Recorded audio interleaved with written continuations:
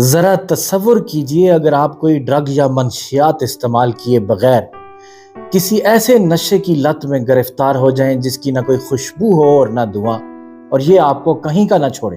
انسان کی جنسی خواہشات کو بھڑکانے کا عمل پورنوگرافی کیا ہے؟ پاکستان میں فحش مواد زیادہ دیکھے جانے کی وجہ کیا ہے؟ والدین اپنے بچوں کو پورنوگرافی سے کیسے دور رکھیں؟ کیا پاکستان کے سیاستدان ایسے قوانین بنا سکتے ہیں جو پورنوگرافی کو روک سکیں؟ آگے بڑھنے سے پہلے اگر آپ نے سبسکرائب نہیں کیا تو گھنٹی کے بٹن پر کلک کر دیجئے تاکہ آئندہ بھی میرا اور آپ کا ساتھ قائم رہ سکے۔ ناظرین، امریکہ جیسے لبرل اور سیکولر ملک کی کم از کم 6 ریاستوں میں بھی پورنوگرافی کو پبلک ہیلتھ رسک قرار دیا گیا ہے، جس کا مطلب یہ ہے کہ پورنوگرافی اب صرف مذہبی اور اخلاقی مسئلہ نہیں رہی بلکہ انسانی صحت کے لیے ایک بڑا رسک اور بیماری کا روپ دھار چکی ہے۔ پورنوگرافی کوئی بھی ایسا مواد یا میٹیریل ہے جو انسان کی جنسی خواہشات کو بھڑکائے یا متحرک کر دے، اب چاہے وہ تصویر کی شکل میں ہو یا تحریر کی صورت میں، آواز میں ہو یا حرکت کرنے والی مووی میں، یعنی ایک کتاب سے لے کر ایک کمپیوٹر اسکرین تک، آپ کے موبائل میں موجود واٹس ایپ میں شیئر کیے جانے والا کلپ ہو یا پھر لیپ ٹاپ پر دیکھی جانے والی ویب سائٹ، پورنوگرافی کچھ بھی ہو سکتی ہے۔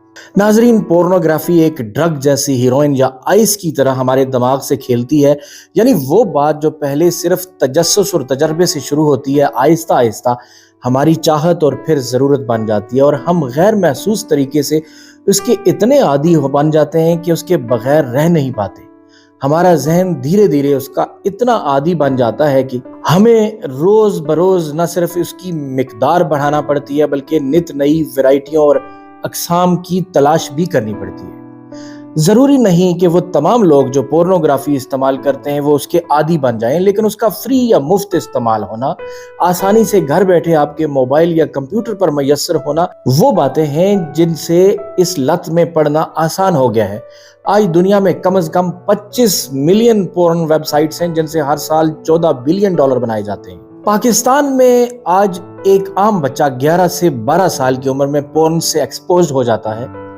آج پورنوگرافی کے باقاعدہ استعمال کرنے والوں میں مرد، عورتیں، لڑکے اور لڑکیاں دونوں شامل ہیں۔ شروع میں ہم غیر محسوس انداز میں اپنے ذہن کو ٹرین کرتے ہیں کہ آج ہم نے دیکھا، وہ ہمیں اچھا لگا، سو ہم اس کو دوبارہ دیکھیں گے، مگر پھر ہر بری لت کی طرح ہمارا دماغ پورنوگرافی سے آہستہ آہستہ کم حساس ہو جاتا ہے۔ سو بعد میں جس طرح نشے کی مقدار آہستہ آہستہ زیادہ اور جلدی چاہیے ہوتی ہے، بالکل اسی طرح ہمارا دماغ بھی پورنوگرافی کی شدید اور عجیب اقسام کو تلاش کرتا ہے، اور ہمیں اس کو دیکھنے کی جلدی طلب ہونے لگتی ہے، اور پھر ہوتے ہوتے یہ ہماری زندگی کا جزو لازمی بن جاتا ہے۔ ناظرین، یہ چیز شادی شدہ جوڑوں کی زندگی میں بھی تباہی لا سکتی ہے، کیونکہ ایک انسان اپنے پارٹنر یا شریک حیات کے جسم اور جنسی افعال کا موازنہ کرنے لگتا ہے ان لوگوں سے جن کو وہ پورنوگرافی میں اسکرین پر دیکھتا ہے، اور پھر مایوس ہوتا ہے۔ یہی چیز جائز رشتے میں اطمینان ختم کر دیتی ہے اور آگے چل کر دھوکہ دہی یا فریب میں بدل جاتی ہے اور بات طلاق تک پہنچ جاتی ہے۔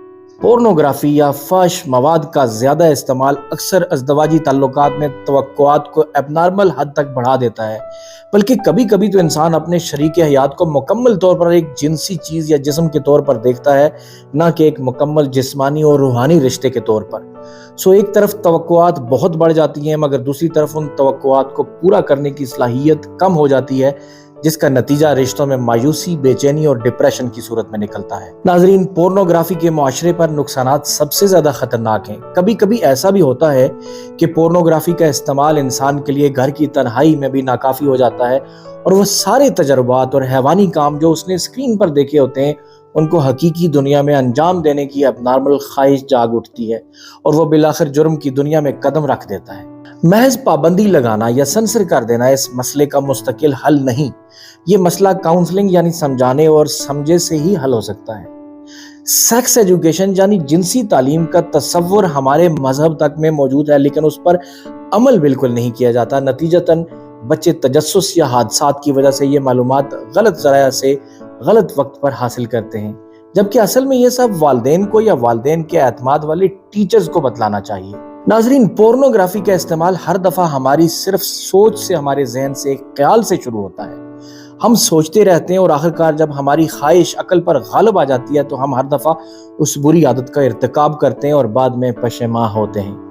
ضروری ہے کہ اس میں سوچیں بھی مت، کیونکہ یہ سوچ پھر عمل میں بدل جاتی ہے۔ والدین کا کردار سب سے زیادہ اہم ہے۔ ان کو چاہیے کہ اپنے بچوں کو موبائل، کمپیوٹر اور لیپ ٹاپ دے کر بھول نہ جائیں۔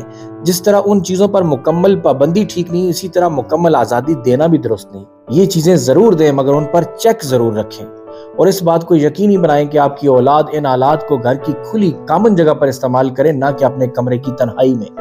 اس کے علاوہ ان اشیاء کے غلط استعمال کے بارے میں بھی کم عمر میں ہی ایجوکیٹ کریں، اس سے پہلے کہ بچے باہر کی ظالم دنیا کے ذریعے ان باتوں کے بارے میں جانیں۔ اپنی اولاد کو بتائیں کہ اسکرین پر نظر آنے والی دنیا جعلی ہے، غیر حقیقی ہے، اس کے ذریعے حاصل ہونے والا اطمینان اور مزہ بھی جعلی ہے۔ اپنا خیال رکھیے گا، ملتے ہیں ایک اور ایپیسوڈ میں۔